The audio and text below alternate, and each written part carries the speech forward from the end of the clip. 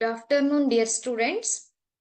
So ನಿಮ್ಗೆ ಗೊತ್ತಿದೆ, ನಾವು ಆಲ್ರೆಡಿ ಎಲ್ಲಾ ಚಾಪ್ಟರ್ಸ್ ಇಂದ ಏನ್ ಮಾಡಿದ್ದೇವೆ, ಇಂಪಾರ್ಟೆಂಟ್ ಕ್ವಶನ್ಸ್ ಅನ್ನ ಡಿಸ್ಕಷನ್ ಮಾಡಿದ್ದೇವೆ ಅಲ್ವಾ. ಈಗ ನಾವು ಒಂದು ಕ್ವಶನ್ ಪೇಪರ್ ಅನ್ನ ಲಾಸ್ಟ್ ಇಯರ್ ಅಲ್ಲಿ ಯಾವ್ಯಾವ ಕ್ವಶನ್ ಪೇಪರ್ ಅನ್ನ ಯಾವ್ಯಾವ ಕ್ವಶನ್ ಪೇಪರ್ ಇತ್ತು, ಟೋಟಲ್ 3 ಆನ್ಯುವಲ್ ಎಕ್ಸಾಮ್ಸ್ ಆಗಿದೆ ಅಲ್ವಾ. ಸೊ ಟೋಟಲ್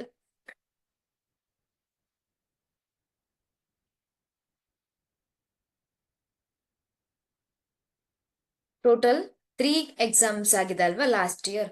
ಸೊ ಆ 3 ಕ್ವಶನ್ ಪೇಪರ್ ಅನ್ನ ನಾವು ಸಾಲ್ವ್ ಮಾಡೋಣ, ಹಾಗೆ ಬೇರೆ ಬೇರೆ ಕ್ವಶನ್ಸ್ ಪೇಪರ್ ಅನ್ನು ಕೂಡ ಸಾಲ್ವ್ ಮಾಡ್ತಾ ಹೋಗೋಣ. ಇದು ನಿಮ್ಗೆ ಲಾಸ್ಟ್ ಮೂಮೆಂಟ್ ಅಲ್ಲಿ ಯಾವ್ಯಾವ ಚಾಪ್ಟರ್ ಇಂಪಾರ್ಟೆಂಟ್ ಇದೆ, ಯಾವ್ಯಾವ ಒಂದು ಕಾನ್ಸೆಪ್ಟ್ ಅನ್ನ ನಾವು ಫೋಕಸ್ ಮಾಡಬೇಕು ಅನ್ನೋದೆಲ್ಲ ನಿಮ್ಗೆ ಈ ಕ್ವಶನ್ ಪೇಪರ್ ಸಾಲ್ವ್ ಮಾಡಿದ್ರೆ ಗೊತ್ತಾಗತ್ತೆ. ನಿಮ್ಗೆ ಗೊತ್ತಿದೆ ಸೈನ್ಸ್ ಕ್ವಶನ್ ಪೇಪರ್ ಯಾವ ತರ ಬರುತ್ತೆ ಅಂದ್ರೆ, ಫಿಸಿಕ್ಸ್, ಕೆಮಿಸ್ಟ್ರಿ ಮತ್ತೆ ಬಯಾಲಜಿ, ಭೌತಶಾಸ್ತ್ರ, ರಸಾಯನಶಾಸ್ತ್ರ ಹಾಗೆ ಜೀವಶಾಸ್ತ್ರ ಎಲ್ಲದೂ ಕೂಡ ಬೇರೆ ಬೇರೆ ಒಂದು ಸೆಕ್ಷನ್ ಆಗಿ ಇರುತ್ತೆ ಅಲ್ವಾ. ಮೊದಲನೇದಾಗಿ ನಿಮ್ಗೆ ಭೌತಶಾಸ್ತ್ರದ ಪ್ರಶ್ನೆಗಳನ್ನ ಕೇಳ್ತಾರೆ. ಒಟ್ಟು 4 ಭೌತಶಾಸ್ತ್ರದ ಪಾಠಗಳಿದೆ ಅಲ್ವಾ. ಮೊದಲನೇ ಪಾರ್ಟ್ 1 ಅಲ್ಲಿ 2 ಭೌತಶಾಸ್ತ್ರದ ಪಾಠಗಳು, ಹಾಗೆ ಪಾರ್ಟ್ 2 ದಲ್ಲಿ 2 ಭೌತಶಾಸ್ತ್ರದ ಪಾಠಗಳಿದೆ. ಹಾಗೆ ರಸಾಯನಶಾಸ್ತ್ರ ಕೂಡ 2 ಮೊದಲನೇ ಪಾರ್ಟ್ ಅಲ್ಲಿ, ಹಾಗೆ 2 ಪಾರ್ಟ್ 2 ದಲ್ಲಿ ಇದೆ. ಹಾಗೆ ಜೀವಶಾಸ್ತ್ರ 5 ಪಾಠಗಳಿದೆ ಅಲ್ವಾ. ಈ ರೀತಿಯಾಗಿ ನಿಮ್ಗೆ ಪ್ರಶ್ನೆಗಳನ್ನ ಕೇಳ್ತಾ ಹೋಗ್ತಾರೆ. ಪ್ರತಿಯೊಂದು ಭೌತಶಾಸ್ತ್ರ, ರಸಾಯನಶಾಸ್ತ್ರ ಹಾಗೆ ಜೀವಶಾಸ್ತ್ರ ವಿಭಾಗದಲ್ಲಿ ನಿಮ್ಗೆ 1 ಅಂಕದ ಪ್ರಶ್ನೆಗಳಿರುತ್ತೆ, ಬಹು ಆಯ್ಕೆ ಪ್ರಶ್ನೆಗಳು ಮೊದಲನೇದಾಗಿ. ಅದಾದ್ಮೇಲೆ 1 ಅಂಕದ ಪ್ರಶ್ನೆಗಳು, 2 ಅಂಕದ ಪ್ರಶ್ನೆಗಳಿರುತ್ತೆ, 3 ಅಂಕದ ಪ್ರಶ್ನೆಗಳಿರುತ್ತೆ, ಹಾಗೆ 4 ಅಂಕದ ಪ್ರಶ್ನೆಗಳಿರುತ್ತೆ, ಹಾಗೆ 5 ಅಂಕದ ಒಂದು ಪ್ರಶ್ನೆ ಇರುತ್ತೆ. ಅದು ಯಾವುದೇ ಭಾಗದಲ್ಲಿ ಕೂಡ ಕೇಳಬಹುದು ಅಲ್ವಾ. ಈ ರೀತಿಯಾಗಿ ಪ್ರಶ್ನೆ ಪತ್ರಿಕೆಯನ್ನ ರಚಿಸಿರ್ತಾರೆ ನೋಡಿ. ಇಲ್ಲಿ ಮೊದಲನೇದಾಗಿ ನಾವು ಭೌತಶಾಸ್ತ್ರದ ಒಂದು ಪ್ರಶ್ನೆ ಪತ್ರಿಕೆಯನ್ನ ಸಾಲ್ವ್ ಮಾಡ್ತಾ ಹೋಗೋಣ. ಯಾವ ರೀತಿಯಾಗಿ ಪ್ರಶ್ನೆಗಳನ್ನ ಕೊಟ್ಟಿದ್ದಾರೆ ಅಂತ ನೋಡ್ತಾ ಹೋಗೋಣ. ನಿಮ್ಗೆ ಒಂದು 4 to 5 ಕ್ವಶನ್ ಪೇಪರ್ ಸಾಲ್ವ್ ಮಾಡಿದ ಹಾಗೆ ನಿಮ್ಗೆ ಎಲ್ಲಾ ಒಂದು ಕಾನ್ಸೆಪ್ಟ್ಸ್ ಕೂಡ ಏನಾಗ್ತಾ ಹೋಗುತ್ತೆ, ಪ್ರಾಕ್ಟೀಸ್ ಆಗ್ತಾ ಹೋಗುತ್ತೆ. ಐ ಹೋಪ್ ಈ ಒಂದು ಕ್ಲಾಸಸ್ ನಿಮ್ಗೆ ಹೆಲ್ಪ್ ಆಗುತ್ತೆ ಅಂತ ಅನ್ಕೊಳ್ತೇನೆ. ನೋಡಿ, ಮೊದಲನೇ ಪ್ರಶ್ನೆಯನ್ನ ಶುರು ಮಾಡೋಣ. ಇಲ್ಲಿ ನೋಡಿ, ಭೌತಶಾಸ್ತ್ರ ಭಾಗ ಎ ಅಂತ ಇದೆ, ಭೌತ ವಿಜ್ಞಾನ ಅಂತ ಇದೆ ಅಲ್ವಾ. ಹಾಗೆ ಮೊದಲನೇ ಫಸ್ಟ್ ಮೈನ್ ಅಲ್ಲಿ ಏನಿದೆ ನೋಡಿ, ಕೆಳಗಿನ ಪ್ರಶ್ನೆಗಳಿಗೆ ಅಥವಾ ಅಪೂರ್ಣ ಹೇಳಿಕೆಗಳಿಗೆ 4 ಪರ್ಯಾಯ ಉತ್ತರಗಳನ್ನ ನೀಡಲಾಗಿದೆ. ಅವುಗಳಲ್ಲಿ ಸೂಕ್ತವಾದ ಒಂದು ಉತ್ತರವನ್ನ ಆರಿಸಿ ಅದರ ಕ್ರಮಾಕ್ಷರದೊಡನೆ ಪೂರ್ಣ ಉತ್ತರವನ್ನ ಬರೆಯಿರಿ ಅಂತ ಇದೆ. 3 ಪ್ರಶ್ನೆಗಳಿದೆ ನೋಡಿ, 3 ಈ ಪ್ರಶ್ನೆಗಳಿದೆ, 3 ಅಂಕಗಳು ಅಲ್ವಾ. ನೋಡಿ, ಇದನ್ನ ಬಹು ಆಯ್ಕೆ ಪ್ರಶ್ನೆಗಳು ಅಂತ ಹೇಳ್ತೇವೆ ಅಲ್ವಾ, ಮಲ್ಟಿಪಲ್ ಚಾಯ್ಸ್ ಕ್ವಶನ್ಸ್ ಅಂತ. ಸೌರಕೋಶಗಳಲ್ಲಿ ಬಳಸುವ ಧಾತು ಆಪ್ಷನ್ ಎ ಇಂಗಾಲ, option B silicon, option C ರಂಜಕ, ಆಪ್ಷನ್ ಡಿ ಗಂಧಕ ಅಲ್ವಾ. ಇದು ಲಾಸ್ಟ್ ಇಯರ್ ಕೇಳಿರುವಂತಹ ಪ್ರಶ್ನೆ, ಲಾಸ್ಟ್ ಇಯರ್ ಕ್ವಶನ್ ಪೇಪರ್ ಅಲ್ಲಿ ಕೇಳಿರುವಂತಹ ಒಂದು ಪ್ರಶ್ನೆ. ಇಲ್ಲಿ ಸರಿಯಾದ ಉತ್ತರವನ್ನ ನೀವು ಅದರ ಕ್ರಮಾಕ್ಷರದೊಡನೆ ಬರಿಬೇಕು. ಬಿ ಸಿಲಿಕಾನ್ ಅಂತ ನಿಮ್ಮ ಉತ್ತರವನ್ನ ನೀವು ಬರಿಬೇಕಾಗತ್ತೆ. ಇದು ಮೊದಲನೇ ಪ್ರಶ್ನೆ. ಎರಡನೇ ಪ್ರಶ್ನೆಯನ್ನ ನೋಡಿ, ಒಂದು ವಿದ್ಯುತ್ ಮಂಡಲದಲ್ಲಿ ಸಮಾನ ರೋಧ RS ಅನ್ನ ಪಡೆಯಲು 2 ಓಂಗಳಷ್ಟು 2 ಓಂಗಳ 4 ರೋಧಕಗಳನ್ನ ಮೊದಲು ಸರಣಿ ಕ್ರಮದಲ್ಲಿ ಜೋಡಿಸಿದೆ. ನಂತರ ಸಮಾನ ರೋಧ RP ಅನ್ನ ಪಡೆಯಲು ಅದೇ ರೋಧಕಗಳನ್ನ ಸಮಾಂತರವಾಗಿ ಜೋಡಿಸಿದೆ. ಹಾಗಾದರೆ RS/RP ಗಳ ಅನುಪಾತವು ಅಂತ ಕೇಳಿದ್ದಾರೆ ಇಲ್ಲಿ ನೋಡಿ. ಮೊದಲನೇದಾಗಿ ಸರಣಿ ಕ್ರಮದಲ್ಲಿ ಜೋಡಿಸಿದಾಗ RS = R1 + 4 ಅಲ್ವಾ, R2 + R3 +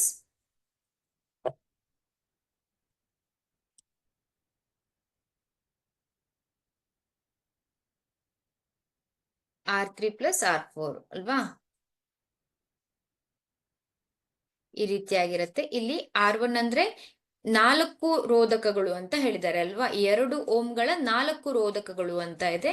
ಸರಣಿ ಕ್ರಮದಲ್ಲಿ ಜೋಡಿಸಿದಾಗ ಒಟ್ಟು ರೋಧ RS ಅನ್ನ ಕಂಡುಹಿಡಿಬೇಕು ಅಲ್ವಾ. 2 + 2 + 2 ಎಷ್ಟಾಯ್ತು, 4 6 8 ಅಲ್ವಾ. ಒಟ್ಟು ರೋಧ RS = ಎಷ್ಟಾಯ್ತು, 8 ಓಂ ಆಯ್ತು. ಹಾಗೆ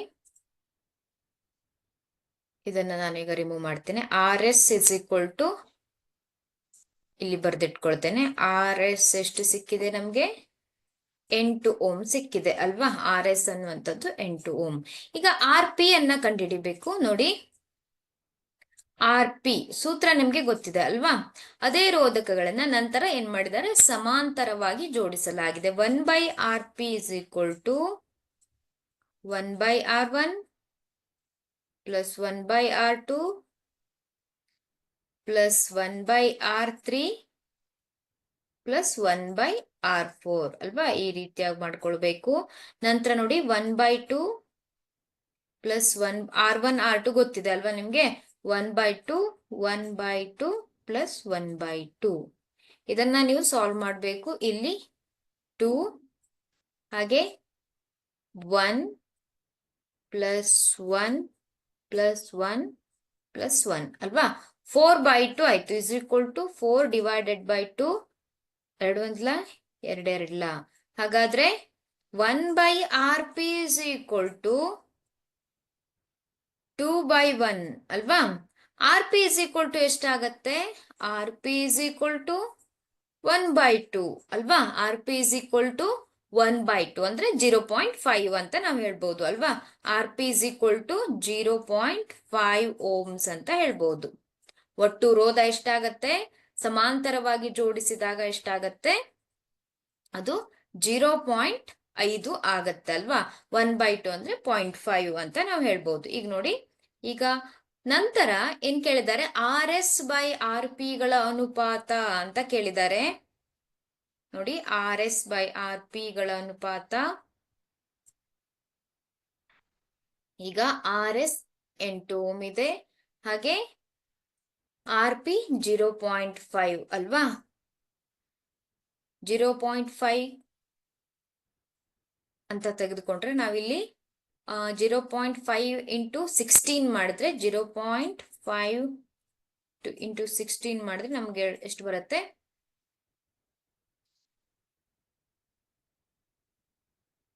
16 1 16 24. Okay, just a minute, not 16.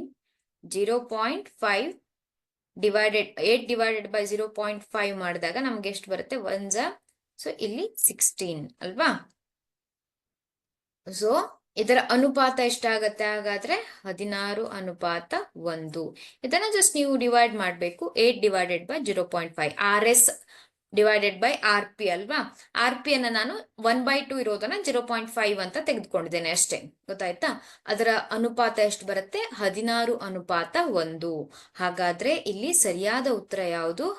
Option A, 16:1.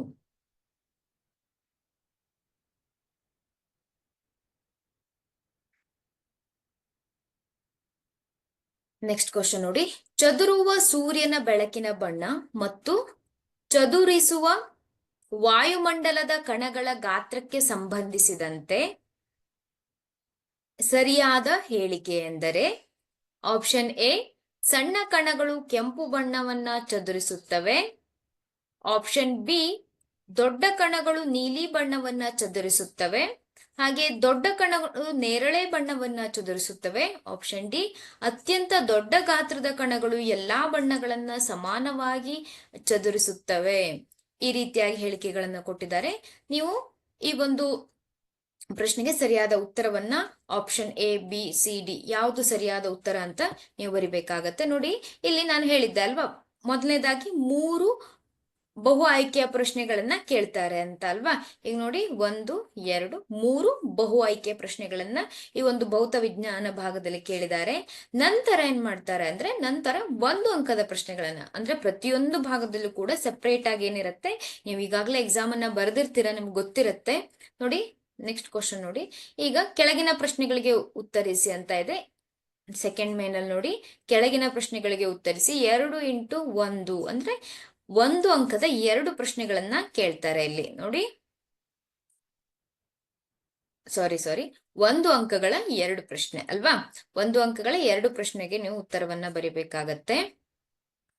ನೋಡಿ, 4ನೇ ಪ್ರಶ್ನೆ, ಇದು 1 ಅಂಕದ ಪ್ರಶ್ನೆ ಆಗಿದೆ. ಒಂದು ವಿದ್ಯುತ್ ಮಂಡಲದಲ್ಲಿ ಉಪಯೋಗಿಸುವ ಕೆಳಗಿನ ಘಟಕಗಳ ಚಿಹ್ನೆಗಳನ್ನ ಬರೆಯಿರಿ ಅಂತ ಇದೆ. ಎರಡು ವಿದ್ಯುತ್ ಕೋಶಗಳ ಸಂಯೋಜನೆ ಹಾಗೆ ಸೇರ್ಪಡೆ ಇಲ್ಲದೆ ದಾಟಿದ ತಂತಿ. ಎರಡು ವಿದ್ಯುತ್ ಕೋಶಗಳ ಸಂಯೋಜನೆ ಹಾಗೂ ಸೇರ್ಪಡೆ ಇಲ್ಲದೆ ದಾಟಿದ ತಂತಿ ಅಲ್ವಾ. ಇದನ್ನ ನಾವು ವಿದ್ಯುತ್ ಶಕ್ತಿ ಪಾಠದಲ್ಲಿ ಕಲ್ತಿದ್ದೇವೆ, ಹಾಗೆ ಕ್ವಶನ್ಸ್ ಅಲ್ಲೂ ಕೂಡ ನಾವು ಇದನ್ನ ಡಿಸ್ಕಷನ್ ಮಾಡಿದ್ದೇವೆ ಅಲ್ವಾ. ಹಾಗಾದ್ರೆ ಯಾವ ರೀತಿಯಾಗಿ ನಾವು ಎರಡು ವಿದ್ಯುತ್ ಕೋಶಗಳ ಸಂಯೋಜನೆ ಅಂತ ಇದೆ, ಮೂರು ಅಲ್ಲ, ಎರಡು ವಿದ್ಯುತ್ ಕೋಶಗಳ ಸಂಯೋಜನೆ ಅಂತ ಇದೆ. ಹಾಗೆ ಸೇರ್ಪಡೆ ಇಲ್ಲದೆ ದಾಟಿದ ತಂತಿ ನೋಡಿ ಈ ರೀತಿಯಾಗಿರುತ್ತೆ ಅಲ್ವಾ. ಎರಡು ವಿದ್ಯುತ್ ಕೋಶಗಳು, ಇದೊಂದು ವಿದ್ಯುತ್ ಕೋಶ ಹಾಗೆ ಇದು ಕೂಡ ಒಂದು ವಿದ್ಯುತ್ ಕೋಶ ಅಲ್ವಾ. ಎರಡು ವಿದ್ಯುತ್ ಕೋಶಗಳನ್ನ ಜೋಡಿಸಲಾಗಿದೆ, ಹಾಗೆ ಸೇರ್ಪಡೆ ಇಲ್ಲದೆ ದಾಟಿದ ತಂತಿ. ನೋಡಿ ಯಾವ ರೀತಿಯಾಗಿ ಈ ಒಂದು ಚಿಹ್ನೆಯನ್ನ ಬರೀತಾರೆ ಅಂತ. ಇದನ್ನ ನೀವು ಪ್ರಾಕ್ಟೀಸ್ ಮಾಡ್ಕೊಳ್ಬೇಕಾಗುತ್ತೆ. ಇದನ್ನ ಅಂತಲ್ಲ, ಆ ಪಾಠದಲ್ಲಿ ಬರಬಹುದಾದಂತ ಬೇರೆ ಬೇರೆ ಒಂದು ಚಿಹ್ನೆಗಳನ್ನ ಕೇಳಬಹುದು, ಅದಕ್ಕೆ ನೀವು ರೆಡಿ ಇರಬೇಕು ನೋಡಿ. ಪ್ರಶ್ನೆಯನ್ನ ಬೇಕಾದ್ರೆ ನೋಟ್ ಮಾಡ್ಕೊಳ್ಳಿ. ಒಂದು ವಿದ್ಯುತ್ ಮಂಡಲದಲ್ಲಿ ಉಪಯೋಗಿಸುವ ಕೆಳಗಿನ ಘಟಕಗಳ ಚಿಹ್ನೆಗಳನ್ನ ಬರೆಯಿರಿ ಅಂತ ಇದೆ. ಎರಡು ವಿದ್ಯುತ್ ಕೋಶಗಳು ಅಲ್ಲಿ ಕೊಟ್ಟಿದ್ದಾರೆ ನೋಡಿ, ಎರಡು ವಿದ್ಯುತ್ ಕೋಶಗಳ ಸಂಯೋಜನೆ ಅಂತ ಕೊಟ್ಟಿದ್ದಾರೆ, ಹಾಗೆ ಸೇರ್ಪಡೆ ಇಲ್ಲದೆ ದಾಟಿದ ತಂತಿ ಅಂತ ಕೊಟ್ಟಿದ್ದಾರೆ ಅಲ್ವಾ. ಐ ಹೋಪ್ ಉತ್ತರ ಗೊತ್ತಾಯ್ತು ಅಂತ ಅನ್ಕೊಳ್ತೇನೆ. ನೆಕ್ಸ್ಟ್ ಕ್ವಶನ್ಗೆ ಹೋಗೋಣ ನೋಡಿ. 5ನೇ ಪ್ರಶ್ನೆ, 15 ಆಂಪಿಯರ್ ರೇಟಿಂಗ್ ಮತ್ತು 220 ವೋಲ್ಟ್ ವಿಭವಾಂತರ ಹೊಂದಿರುವ ಗೃಹ ಬಳಕೆಯ ವಿದ್ಯುತ್ ಮಂಡಲಕ್ಕೆ 2 ಕಿಲೋವ್ಯಾಟ್ ಸಾಮರ್ಥ್ಯವಿರುವ ವಿದ್ಯುತ್ ಹೀಟರ್ ಅನ್ನ ಜೋಡಿಸಬಹುದೇ? ನಿಮ್ಮ ಉತ್ತರವನ್ನ ಪುಷ್ಟೀಕರಿಸಿ ಅಂತ ಇದೆ ನೋಡಿ. ಇಲ್ಲಿ 15 ಆಂಪಿಯರ್ ರೇಟಿಂಗ್ ಮತ್ತು 220 ವಿಭವಾಂತರವನ್ನ, ಇಲ್ಲಿ ವಿದ್ಯುತ್ ಪ್ರವಾಹ ಎಷ್ಟು ಹರಿಬಹುದು? ವಿದ್ಯುತ್ ಪ್ರವಾಹ ಐ 15 ಆಂಪಿಯರ್ಗಳಷ್ಟು ವಿದ್ಯುತ್ ಪ್ರವಾಹದ ಒಂದು ಮಿತಿಯನ್ನ ಕೊಡಲಾಗಿದೆ ಅಲ್ವಾ. 220 ವೋಲ್ಟ್ ವಿಭವಾಂತರ ಇಸ್ ಈಕ್ವಲ್ ಟು 220 ವೋಲ್ಟ್ ಅಲ್ವಾ. ಹಾಗೆ 2 ಕಿಲೋವ್ಯಾಟ್ ಸಾಮರ್ಥ್ಯವಿರುವಂತಹ, ಸಾಮರ್ಥ್ಯ ಅಂದ್ರೆ ಪವರ್ ಪಿ ಅಲ್ವಾ. 2 ಕಿಲೋವ್ಯಾಟ್ ಅನ್ನ ನಾವು ವ್ಯಾಟ್ಗೆ ಪರಿವರ್ತನೆ ಮಾಡ್ಕೊಂಡ್ರೆ ಎಷ್ಟಾಗತ್ತೆ? 2000 ವ್ಯಾಟ್ಗಳು. 1 kilowatt is equal to 1000 watt ಅಂತ ಇರುತ್ತೆ. ಇಲ್ಲಿ 2000 ವ್ಯಾಟ್ಗಳಷ್ಟಾಗತ್ತೆ. ಹಾಗಾದ್ರೆ ಇಲ್ಲಿ ಏನ್ ಕೇಳಿದ್ದಾರೆ? 2 ಕಿಲೋವ್ಯಾಟ್ ಸಾಮರ್ಥ್ಯವಿರುವಂತಹ ವಿದ್ಯುತ್ ಹೀಟರ್ ಅನ್ನ ಜೋಡಿಸಬಹುದೇ ಅಂತ ಕೇಳಿದ್ದಾರೆ. ಇಲ್ಲಿ ನೋಡಿ, ಇಲ್ಲಿ ನಾವು ಯಾವ ಸೂತ್ರವನ್ನ ಇಲ್ಲಿ ಬಳಸೋಣ ಅಂದ್ರೆ P is equal to V into I. ಹಾಗಾದ್ರೆ ನಾವು ಇಲ್ಲಿ ವಿದ್ಯುತ್ ಪ್ರವಾಹವನ್ನ ಎಷ್ಟಿರ್ಬೇಕು, ಎಷ್ಟು ವಿದ್ಯುತ್ ಪ್ರವಾಹವನ್ನ ಇದು ಬಳಸತ್ತೆ ಅನ್ನೋದನ್ನ ಕಂಡುಹಿಡಿಬೇಕು ಅಲ್ವಾ. ಆದ್ರಿಂದ ನೋಡಿ I is equal to P by V ಅಲ್ವಾ. ಈ ಒಂದು ಸೂತ್ರ ಗೊತ್ತಿದೆ. ಐ ಇಸ್ ಈಕ್ವಲ್ ಟು ಏನಾಗುತ್ತೆ ಹಾಗಾದ್ರೆ? ಪಿ 220 ವೋಲ್ಟ್ ಡಿವೈಡೆಡ್ ಬೈ, ಇಲ್ಲಿ ವಿ ಅನ್ನ ಪಿ 2000 ವೋಲ್ಟ್, 2000 ವ್ಯಾಟ್ ಆಗ್ಬೇಕು. ಒಂದು ನಿಮಿಷ.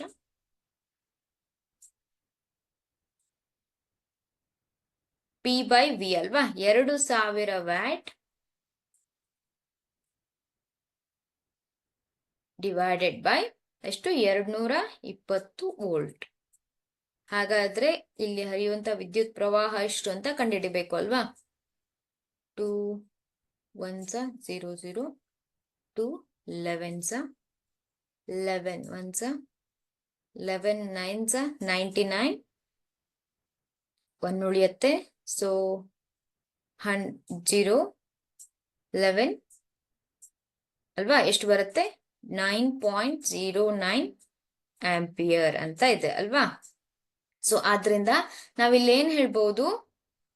15 ಆಂಪಿಯರ್ ರೇಟಿಂಗ್ ಮತ್ತು 220 ವಿಭವಾಂತರ ಹೊಂದಿರುವ ಗೃಹ ಬಳಕೆ ವಿದ್ಯುತ್ ಮಂಡಲಕ್ಕೆ 2 ಕಿಲೋವ್ಯಾಟ್ ಸಾಮರ್ಥ್ಯವಿರುವಂತಹ ವಿದ್ಯುತ್ ಹೀಟರ್ ಅನ್ನ ಜೋಡಿಸಬಹುದು.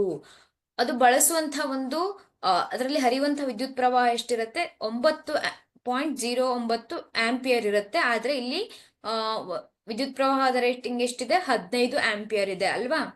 ಆದ್ದರಿಂದ ಈ ಒಂದು ವಿದ್ಯುತ್ ಹೀಟರ್ ಅನ್ನ ಜೋಡಿಸಬಹುದು ಅಂತ ನಾವು ಉತ್ತರವನ್ನ ಹೇಳಬಹುದು ನೋಡಿ. ಪ್ರಶ್ನೆಯನ್ನ ಸರಿಯಾಗಿ ನೋಟ್ ಮಾಡ್ಕೊಳ್ಳಿ.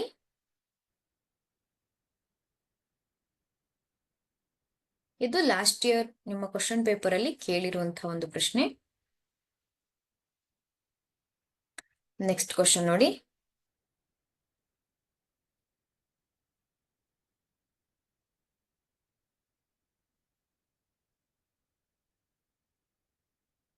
ನೋಡಿ, 2 ಅಂಕದ ಪ್ರಶ್ನೆ. ಬಿಳಿ ಬೆಳಕಿನ ರೋಹಿತ ಎಂದರೇನು? ಬೆಳಕಿನ ವಕ್ರೀಭವನದಿಂದ ವಾಯುಮಂಡಲದಲ್ಲಿ ಉಂಟಾಗುವ 2 ವಿದ್ಯಮಾನಗಳನ್ನ ಹೆಸರಿಸಿ ಅಂತ ಇದೆ. ಅಥವಾ ನೋಡಿ, ಈ ಪ್ರಶ್ನೆಗೆ ನಿಮ್ಗೆ ಅಥವಾ ಅಂತ ಕೊಟ್ಟಿದ್ದಾರೆ. ಕಣ್ಣಿನ ಪೊರೆ ಎಂದರೇನು? ಸಾಮಾನ್ಯ ದೃಷ್ಟಿಯುಳ್ಳವರಿಗೆ ಸಮೀಪ ಬಿಂದು ಮತ್ತೆ ದೂರ ಬಿಂದುಗಳು ಯಾವುವು ಅಂತ ಕೇಳಿದ್ದಾರೆ. ಇಂಪಾರ್ಟೆಂಟ್ ಆಗಿರುವಂತಹ ಪ್ರಶ್ನೆ, ಲಾಸ್ಟ್ ಇಯರ್ ಕೇಳಿರುವಂತಹ ಪ್ರಶ್ನೆ. ನೀವು ಇದನ್ನ ನೋಟ್ ಮಾಡ್ಕೊಳ್ತಾ ಹೋಗಿ. ಬಿಳಿ ಬೆಳಕಿನ ರೋಹಿತ ಎಂದರೇನು ಅಂತ ಇದೆ. ಸೂರ್ಯನಿಂದ ಬರುವಂತಹ ಬೆಳಕಿನ ಕಿರಣ, ಆ ಒಂದು ಬೆಳಕಿನಲ್ಲಿ 7 ವಿಧದ ಬಣ್ಣಗಳು ಅಡಗಿರುತ್ತೆ ಅಲ್ವಾ? ನಾವು ಅದನ್ನ ಒಂದು ಗಾಜಿನ ಪಟ್ಟಕದ ಮೂಲಕ ಹಾಯಿಸಿದಾಗ ನೀವು ಅಲ್ಲಿ ಬೆಳಕಿನ ವಿಭಜನೆ ಆಗೋದನ್ನ ನೋಡಬಹುದು. ಆ ಒಂದು ಬಿಳಿಯ ಬೆಳಕನ್ನ ನಾವೇನಂತ ಹೇಳ್ತೇವೆ? ಅದನ್ನ ಬಿಳಿ ಬೆಳಕಿನ ರೋಹಿತ ಅಂತ ಹೇಳ್ತೇವೆ. ಹಾಗೆ ಬೆಳಕಿನ ವಕ್ರೀಭವನದಿಂದ ವಾಯುಮಂಡಲದಲ್ಲಿ ಉಂಟಾಗುವ 2 ವಿದ್ಯಮಾನಗಳನ್ನ ಹೆಸರಿಸಿರಿ. ಬೆಳಕಿನ ವಕ್ರೀಭವನದಿಂದ ಯಾವ ರೀತಿಯಾದಂತಹ ಒಂದು ವಿದ್ಯಮಾನಗಳು ಉಂಟಾಗಬಹುದು? ಮೊದಲನೇದಾಗಿ ನಕ್ಷತ್ರಗಳ ಮಿನುಗುವಿಕೆ ಅಲ್ವಾ? ಬೆಳಕಿನ ವಕ್ರೀಭವನದಿಂದ ಉಂಟಾಗುವಂತಹ 2 ವಿದ್ಯಮಾನಗಳು ಏನ್ ಹೇಳ್ಬಹುದು ನಾವು? ನಕ್ಷತ್ರಗಳ ಮಿನುಗುವಿಕೆ,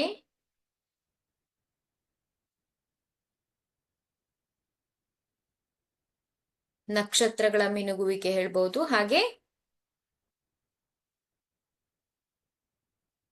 ಶುಭ್ರ ಆಕಾಶದ ಬಣ್ಣ ನೀಲಿಯಾಗಿರುವಂಥದ್ದು ಇರಬಹುದು.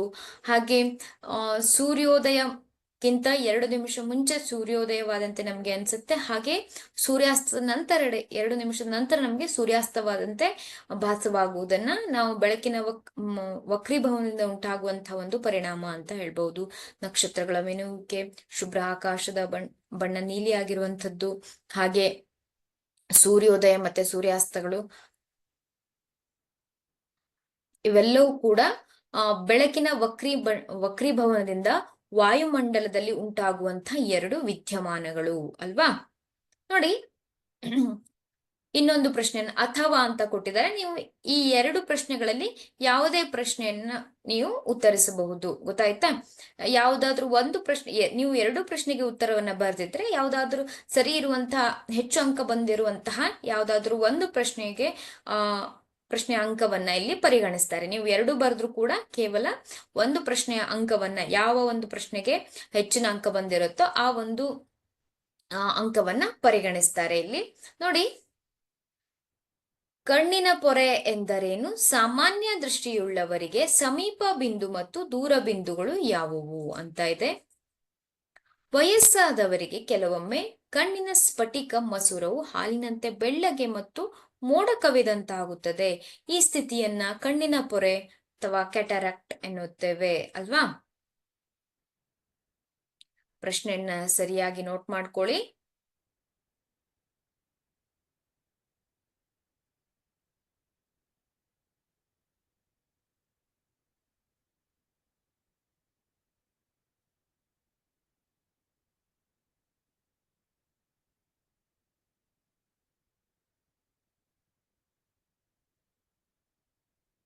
ಹಾಗಾದ್ರೆ ಸಾಮಾನ್ಯ ದೃಷ್ಟಿಯುಳ್ಳವರಿಗೆ ಸಮೀಪ ಬಿಂದು ಮತ್ತು ದೂರ ಬಿಂದುಗಳು ಯಾವುವು ಅಂತ ಇದೆ ಅಲ್ವಾ?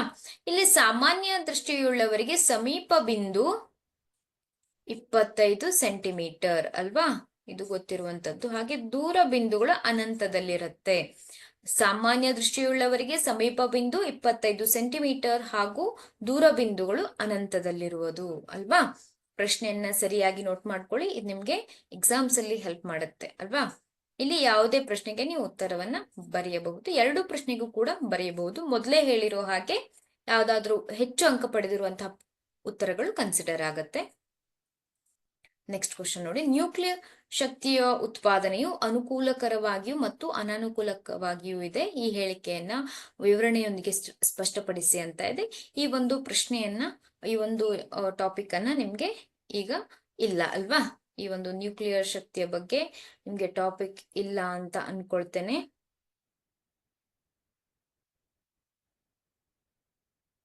ನೆಕ್ಸ್ಟ್ ಕ್ವಶನ್ ನೋಡಿ.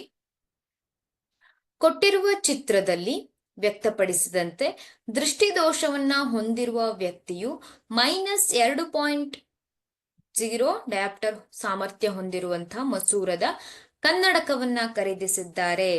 ಆ ವ್ಯಕ್ತಿಯ ದೃಷ್ಟಿದೋಷ ಪರಿಹಾರಕ್ಕೆ ಈ ಮಸೂರವು ಸೂಕ್ತವೇ, ವಿಶ್ಲೇಷಿಸಿ ಅಂತ ಇದೆ ನೋಡಿ.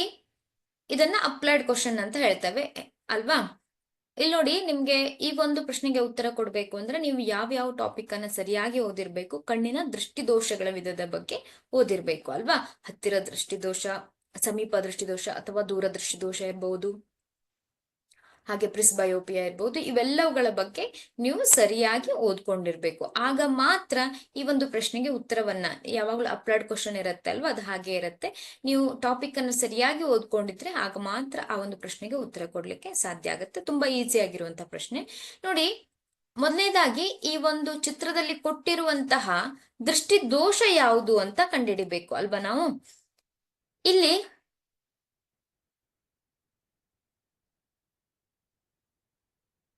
ಏನಾಗ್ತಾ ಇದೆ ನೋಡಿ, ಇಲ್ಲಿ ಯಾವ ಒಂದು ಬಿಂದುವಿನಲ್ಲಿ ಉಂಟಾಗಿದೆ ಈ ಒಂದು ಪ್ರತಿಬಿಂಬ ಉಂಟಾಗಿದೆ ನೋಡಿ, ಈ ಒಂದು ದೂರದ ಬಿಂದುವಿನಲ್ಲಿ ಅಲ್ವಾ? ನೋಡಿ ಪ್ರತಿಬಿಂಬ ಎಲ್ಲಿ ಉಂಟಾಗಿದೆ ಅಂತ ನೋಡಿ ಅಲ್ವಾ? ದೂರದ ಬಿಂದುವಿನಲ್ಲಿ ರೆಟಿನಾದ ಮೇಲೆ ಉಂಟಾಗಿಲ್ಲ, ಆದ್ರಿಂದ ಇದೊಂದು ದೃಷ್ಟಿದೋಷ ಅಂತ ನಾವು ಹೇಳ್ಬಹುದು ಅಲ್ವಾ? ಹಾಗೆ ಇಲ್ಲಿ ಯಾವ ವಿಧದ ಮಸೂರವನ್ನ ಬಳಸ್ತಾರೆ ಅಲ್ವಾ? ಯಾವ ವಿಧದ ಒಂದು ಮಸೂರವನ್ನ ಬಳಸ್ತಾರೆ ಇಲ್ಲಿ ಅನ್ನೋದನ್ನು ಕೂಡ ನೀವು ಹೇಳ್ಬೇಕು.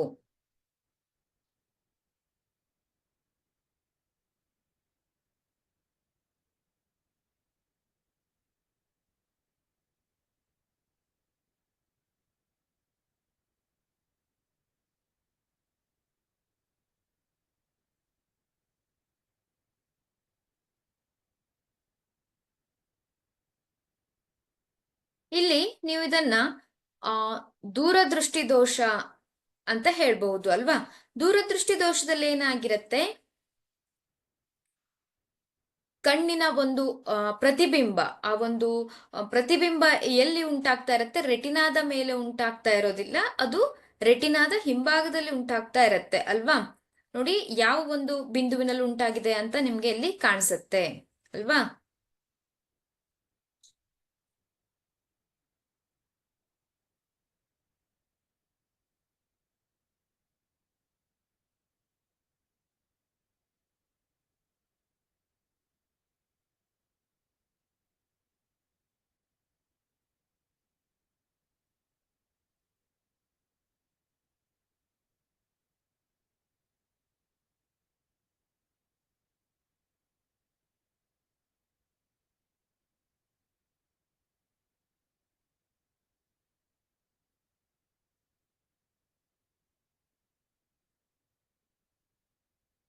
ಇಲ್ಲಿ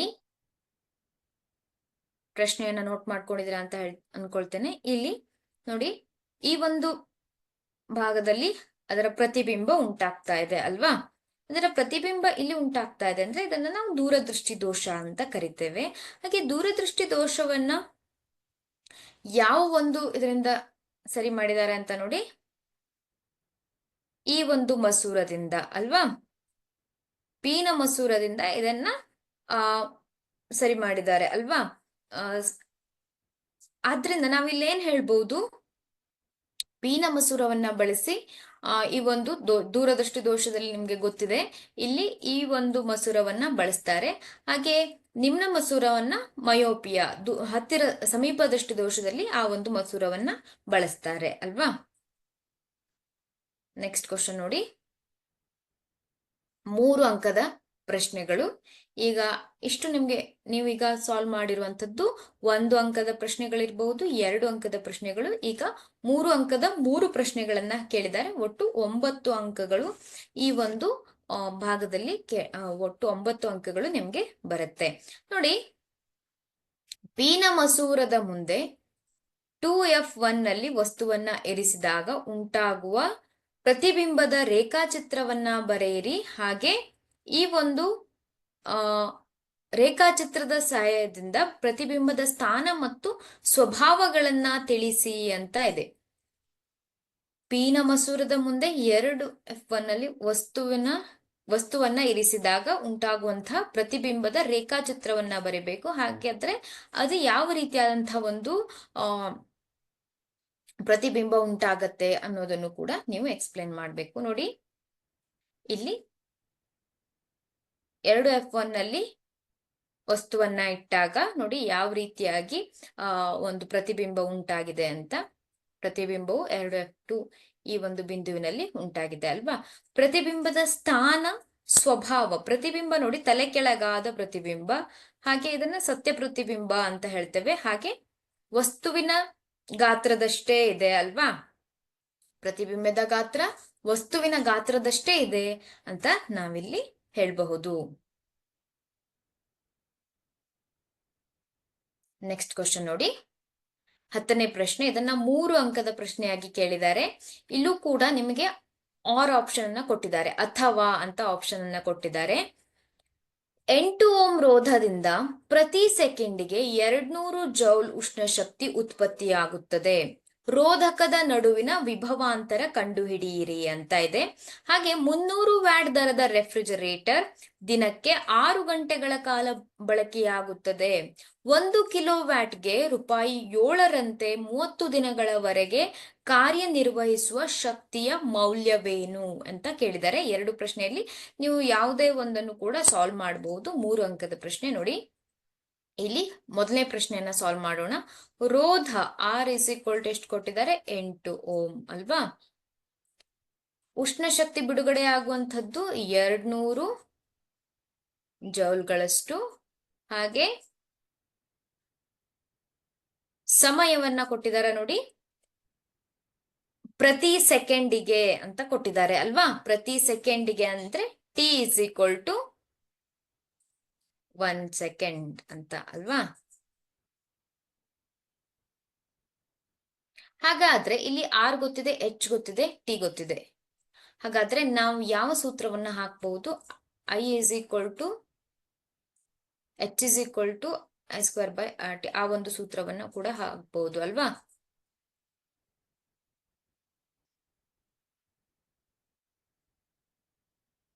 ಇಲ್ಲಿ ಅಥವಾ ಸಾರಿ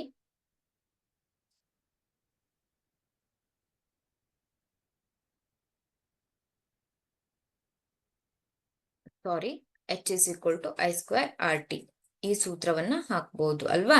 H = I²RT ಈ ಸೂತ್ರವನ್ನ ಹಾಕಬಹುದು. ಇಲ್ಲಿ ನಾವು I ಅನ್ನ ಕಂಡುಹಿಡಿಬೇಕು ಅಂದ್ರೆ ಏನ್ ಮಾಡಬಹುದು? √H/RT ಅಂತ ಈ ಒಂದು ಸೂತ್ರವನ್ನ ಬರ್ಕೊಳ್ಬಹುದು ಅಲ್ವಾ. I = H/RT ಈ ಒಂದು ರೂಪದಲ್ಲಿ ಸೂತ್ರವನ್ನ ನಾವು ಬರ್ಕೊಳ್ಬಹುದು. ಹಾಗಾದ್ರೆ ನೋಡಿ, I ಅನ್ನ ಕಂಡುಹಿಡಿಬೇಕು. ಈಗ ನಾವು I = ನಿಮ್ಗೆ ವ್ಯಾಲ್ಯೂ ಗೊತ್ತಿದೆ, √H ಅಂದ್ರೆ ಎಷ್ಟು? 200. ಹಾಗೆ /R ಅಂದ್ರೆ 8, T ಅಂದ್ರೆ 1 ಸೆಕೆಂಡ್ ಅಲ್ವಾ. 8 1s 8 ಅಂತಾನು ಕೂಡ ನಾವು ತೆಗೆದುಕೊಳ್ಬಹುದು. ಇಲ್ಲಿ 200 /8 ಅಂದ್ರೆ 8 1s 8 2s 16, 8 5s ಅಲ್ವಾ. I = √25. √25 ಎಷ್ಟಾಗತ್ತೆ? I = ಇಲ್ಲಿ ಬರೀತೇನೆ ನೋಡಿ. I = √25 ಅಂದ್ರೆ 5 ಆಂಪಿಯರ್ ಅಲ್ವಾ. ವಿದ್ಯುತ್ ಪ್ರವಾಹ ನಮಗೆ ದೊರಕಿದೆ.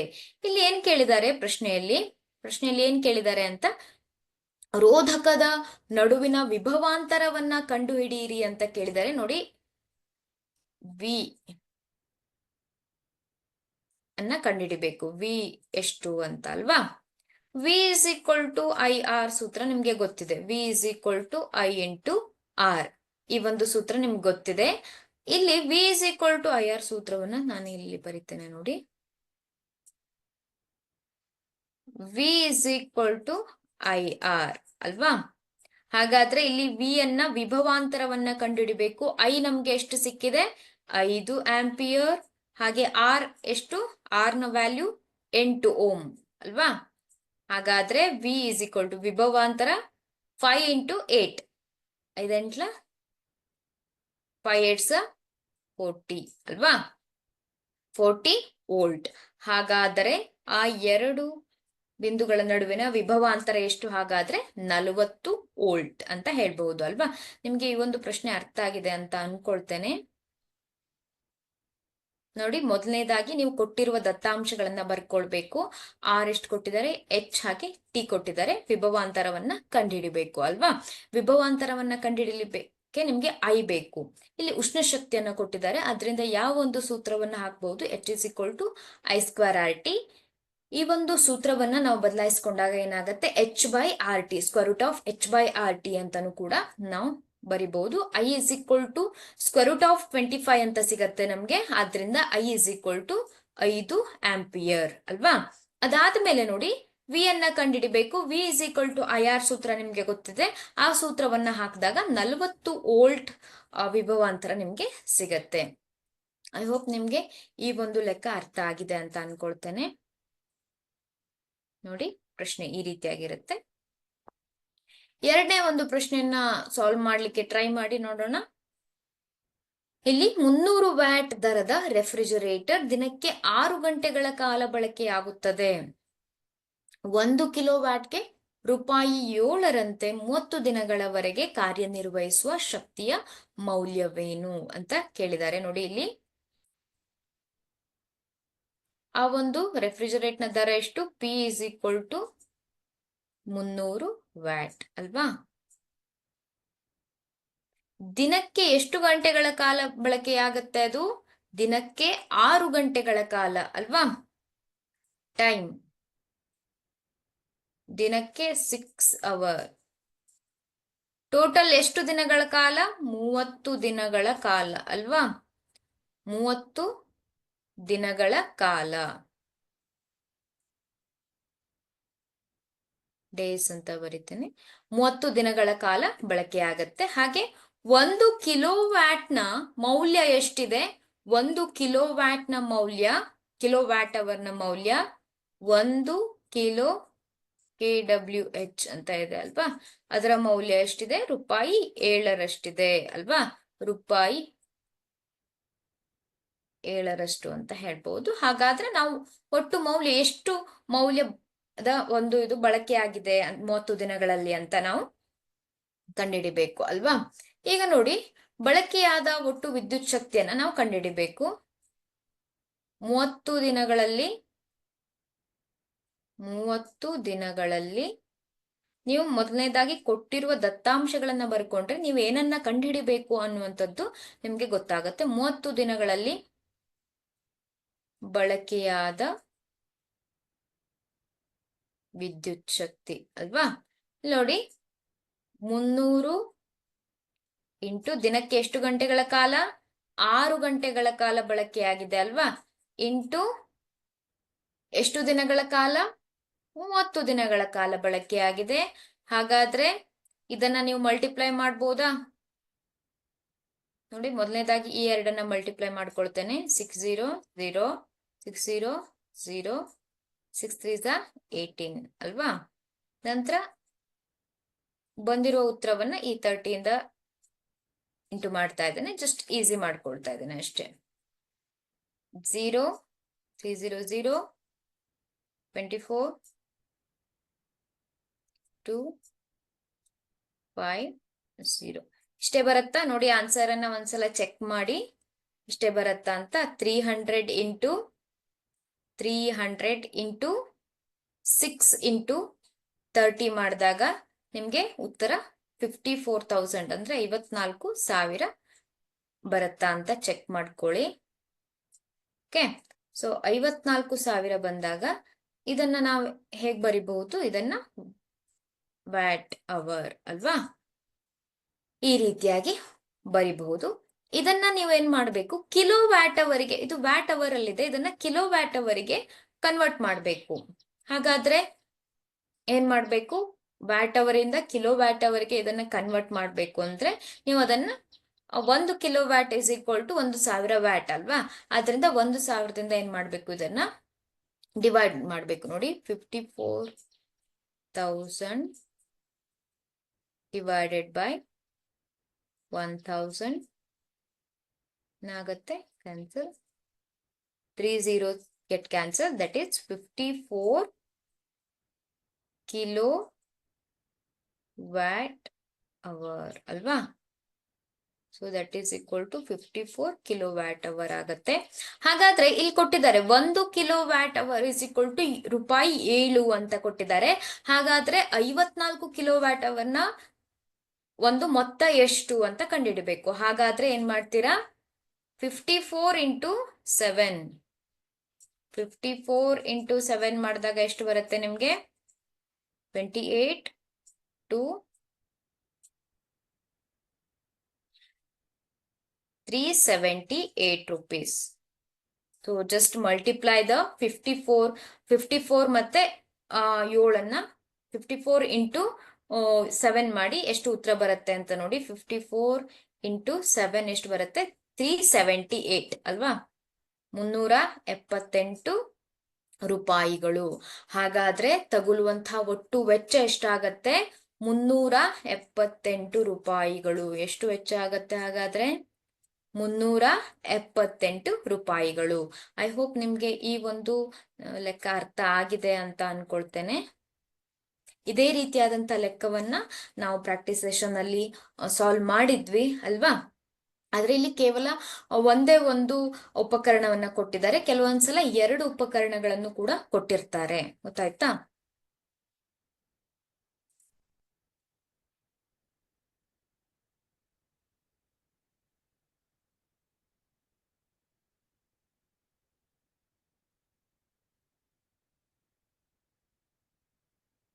ನೆಕ್ಸ್ಟ್ ಕ್ವಶನ್ ನೋಡಿ, ಗೃಹ ಬಳಕೆಯ ವಿದ್ಯುತ್ ಮಂಡಲಗಳಲ್ಲಿ ಓವರ್ಲೋಡ್ ಉಂಟಾಗಲು ಕಾರಣಗಳೇನು, ಭೂಸಂಪರ್ಕ ತಂತಿಯ ಕಾರ್ಯವನ್ನ ವಿವರಿಸಿ ಅಂತ ಇದೆ. ಇದು ಕೂಡ 3 ಅಂಕದ ಪ್ರಶ್ನೆ. ಹಾಗೆ ಅಥವಾ ಅವಾಹಕ ಹೊದಿಕೆ ಇರುವ ಒಂದು ತಾಮ್ರದ ತಂತಿಯ ಸುರುಳಿಯನ್ನ ಗ್ಯಾಲ್ವನೋಮೀಟರ್ಗೆ ಸಂಪರ್ಕಿಸಲಾಗಿದೆ. ಒಂದು ದಂಡಕಾಂತವನ್ನ ಒಂದು ಸುರುಳಿಯ ಒಳಗೆ ತಳ್ಳಿದಾಗ, ಸುರುಳಿಯ ಒಳಗಿನಿಂದ ಹಿಂತೆಗೆದುಕೊಂಡಾಗ, ಸುರುಳಿಯ ಒಳಗೆ ನಿಶ್ಚಲವಾಗಿರಿಸಿದಾಗ ಏನಾಗುತ್ತದೆ ಅಂತ ಇಲ್ಲಿ ಕೇಳಿದ್ದಾರೆ. ಇದು ಕೂಡ 3 ಅಂಕದ ಪ್ರಶ್ನೆ. ನೋಡಿ, ಇಲ್ಲಿ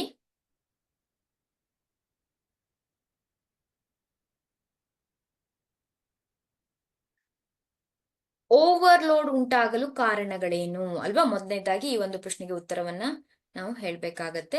ಸಜೀವ ತಂತಿ ಮತ್ತು ತಟಸ್ಥ ತಂತಿಗಳು 2 ನೇರ ಸಂಪರ್ಕಕ್ಕೆ ಬಂದಾಗ ಓವರ್ಲೋಡ್ ಉಂಟಾಗಬಹುದು. ಹಾಗೆ ಅಥವಾ ಅವಾಹಕ ಹೊದಿಕೆ ಹಾನಿಗೊಳಗಾದಾಗ ಅಥವಾ ವಿದ್ಯುತ್ ಉಪಕರಣಗಳಲ್ಲಿ ದೋಷವಿದ್ದಾಗ ಇದು ಸಂಭವಿಸುತ್ತೆ. ಅಥವಾ ಹಲವು ಉಪಕರಣಗಳನ್ನ ಒಂದೇ ಸಾಕೆಟ್ಗೆ ಜೋಡಿಸುವುದರಿಂದಲೂ ಓವರ್ಲೋಡ್ ಉಂಟಾಗಬಹುದು ಅಂತ ಇದೆ. ಭೂಸಂಪರ್ಕ ತಂತಿಯ ಕಾರ್ಯಗಳೇನು, ಇದು ಕಡಿಮೆ ರೋಧವನ್ನ ಹೊಂದಿರುವ ವಿದ್ಯುತ್ ಪ್ರವಾಹದ ಪಥವನ್ನ ಉಂಟು ಮಾಡುತ್ತದೆ. ಹೀಗಾಗಿ ಲೋಹದ ಮೇಲ್ಮೈ ಹೊಂದಿರುವ ಉಪಕರಣಕ್ಕೆ ಯಾವುದೇ ರೀತಿಯ ವಿದ್ಯುತ್ ಸೋರಿಕೆ ಉಂಟಾದಲ್ಲಿ ಅದರ ವಿಭವಾಂತರವನ್ನ ಭೂಮಿಯ ವಿಭವಾಂತರಕ್ಕೆ ಸಮನಾಗಿಸುತ್ತದೆ ಮತ್ತು ಬಳಕೆದಾರರಿಗೆ ತೀವ್ರ ವಿದ್ಯುತ್ ಆಘಾತವಾಗುವುದಿಲ್ಲ. ಈ ರೀತಿಯಾಗಿ ನೀವು ಉತ್ತರವನ್ನ ಬರಿಬೇಕಾಗತ್ತೆ. ಹಾಗೆ ಇನ್ನೊಂದು ನೋಡಿ, ಅವಾಹಕ ಹೊದಿಕೆ ಇರುವ ಒಂದು ತಾಮ್ರದ ತಂತಿಯ ಸುರುಳಿಯನ್ನ ಗ್ಯಾಲ್ವನೋಮೀಟರ್ಗೆ ಸಂಪರ್ಕಿಸಲಾಗಿದೆ.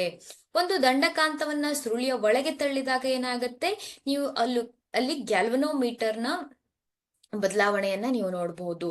ಸುರುಳಿಯ ಒಳಗಿಂದ ಹಿಂತೆಗೆದುಕೊಂಡಾಗ ಅದು ವಿರುದ್ಧ ದಿಕ್ಕಿನಲ್ಲಿ ಆ ಗ್ಯಾಲ್ವನೋಮೀಟರ್ನ ಒಂದು ಬಾಣದ ಚಲನೆಯನ್ನ ನೋಡಬಹುದು. ಸುರುಳಿಯ ಒಳಗೆ ನಿಶ್ಚಲವಾಗಿರಿಸಿದಾಗ ಅಲ್ಲಿ ಯಾವುದೇ ಬದಲಾವಣೆಯನ್ನ ನೋಡ್ಲಿಕ್ಕೆ ಸಾಧ್ಯವಿಲ್ಲ. ನೋಡಿ, ಇದು 4 ಅಂಕದ ಪ್ರಶ್ನೆ, ಗೊತ್ತಾಯ್ತಾ. 4 ಅಂಕದ 2 ಪ್ರಶ್ನೆಗಳನ್ನ ಕೇಳ್ತಾರೆ. ಬಲಗೈ ಹೆಬ್ಬೆರಳ ನಿಯಮವನ್ನ ನಿರೂಪಿಸಿ ಕಾಂತೀಯ ಬಲರೇಖೆಗಳ ಯಾವುದಾದ್ರೂ 2 ಲಕ್ಷಣಗಳನ್ನ ಬರೆಯಿರಿ ಅಂತ ಇದೆ. ಕಾಂತೀಯ ಬಲರೇಖೆಗಳ ಯಾವುದಾದ್ರೂ 2 ಲಕ್ಷಣಗಳು. ಬಲಗೈ ಹೆಬ್ಬೆರಳ ನಿಯಮ ನಿಮ್ಗೆ ಗೊತ್ತಿದೆ ಅಲ್ವಾ? ನೀವೊಂದು ವಿದ್ಯುತ್ ಪ್ರವಾಹ ಹರಿಯುತ್ತಿರುವ ಒಂದು ವಾಹಕವಿರುವಂತಹ ಒಂದು ತಂತಿಯನ್ನ ಹಿಡಿದುಕೊಂಡಾಗ ಅಲ್ಲಿ ನಿಮ್ಮ ಹೆಬ್ಬೆರಳು ವಿದ್ಯುತ್ ಪ್ರವಾಹದ ದಿಕ್ಕನ್ನ ಹಾಗೆ ಉಳಿದ ಬೆರಳುಗಳು ಅಲ್ಲಿ ಉಂಟಾಗುವಂತಹ ಕಾಂತಕ್ಷೇತ್ರದ ದಿಕ್ಕನ್ನ ಸೂಚಿಸುತ್ತದೆ ಅಲ್ವಾ? ಹಾಗೆ ಕಾಂತೀಯ ಬಲ ರೇಖೆಗಳ ಯಾವುದಾದರೂ ಎರಡು ಲಕ್ಷಣಗಳನ್ನ ಬರೆಯಿರಿ ಅಂತ ಇದೆ. ಇಲ್ಲಿ ಕಾಂತೀಯ ಬಲ ರೇಖೆಗಳ ಎರಡು ಲಕ್ಷಣಗಳಂದ್ರೆ ಕಾಂತೀಯ ಬಲ ರೇಖೆಗಳು ಉತ್ತರ ಧ್ರುವದಲ್ಲಿ ಉತ್ಸರ್ಜಿತವಾಗಿ ದಕ್ಷಿಣ ಧ್ರುವದಲ್ಲಿ ವಿಲೀನವಾಗುತ್ತೆ. ಹಾಗೆ ಕಾಂತೀಯ ಬಲ ರೇಖೆಗಳು ಒಂದನ್ನೊಂದು ಛೇದಿಸುವುದಿಲ್ಲ. ಹಾಗೆ ಧ್ರುವಗಳಲ್ಲಿ ಕಾಂತೀಯ ಬಲ ರೇಖೆಗಳ ಹೆಚ್ಚಾಗಿರುತ್ತೆ ಅಲ್ವಾ? ಈ ಎಲ್ಲ ಲಕ್ಷಣಗಳನ್ನ ನೀವು ಪ್ರಾಕ್ಟೀಸ್ ಮಾಡ್ಕೊಳ್ಬೇಕು. ನಂತರ ನೋಡಿ, ಸೊಲೆನಾಯ್ಡ್ ಎಂದರೇನು? ಇದನ್ನ ವಿದ್ಯುತ್ ಕಾಂತವಾಗಿ ಹೇಗೆ ಪರಿವರ್ತಿಸಬಹುದು? ಈ ರೀತಿಯಾಗಿ ಪ್ರಶ್ನೆಯನ್ನ ಕೇಳಿದ್ದಾರೆ ನೋಡಿ. ಅವಾಹಕ ಹೊದಿಕೆ ಇರುವ ತಾಮ್ರದ ತಂತಿಯ ಅನೇಕ ಸುರುಳಿಗಳನ್ನ ಒತ್ತೊತ್ತಾಗಿ ಸುತ್ತಿರುವ ಸಿಲಿಂಡರ್ ಆಕಾರವನ್ನ ಸೊಲೆನಾಯ್ಡ್ ಎನ್ನುವರು ಅಂತ ಇದೆ. ಹಾಗೆ ಹೆಚ್ಚು ಕಾಂತಕ್ಷೇತ್ರ ಹೊಂದಿರುವ ಸೊಲೆನಾಯ್ಡ್ನ ಒಳಭಾಗದಲ್ಲಿ ಒಂದು ಕಾಂತೀಯ ವಸ್ತುವಾದ ಮೆದು ಕಬ್ಬಿಣದ ತುಂಡನ್ನ ಇರಿಸಿ ಕಾಂತವನ್ನಾಗಿಸಲು ಉಪಯೋಗಿಸಬಹುದು. ಈ ರೀತಿಯಾಗಿ ಪ್ರಶ್ನೆಯನ್ನ ಉತ್ತರವನ್ನ ಬರಿಬೇಕಾಗತ್ತೆ ನೋಡಿ. 4 ಅಂಕದ 2 ಪ್ರಶ್ನೆಗಳನ್ನ ಕೇಳ್ತಾರೆ. ನಾವು ಉಳಿದಿರುವಂತಹ ಒಂದು ಭಾಗವನ್ನ ನಾವು ನೆಕ್ಸ್ಟ್ ಕ್ಲಾಸಲ್ಲಿ ಡಿಸ್ಕಷನ್ ಮಾಡೋಣ. ಐ ಹೋಪ್ ನಿಮ್ಗೆ ಇವೆಲ್ಲ ಪ್ರಶ್ನೆಗಳನ್ನ ಸಾಲ್ವ್ ಮಾಡೋದು ಹೆಲ್ಪ್ ಆಗುತ್ತೆ ಅಂತ ಅನ್ಕೊಳ್ತೇನೆ. Thank you.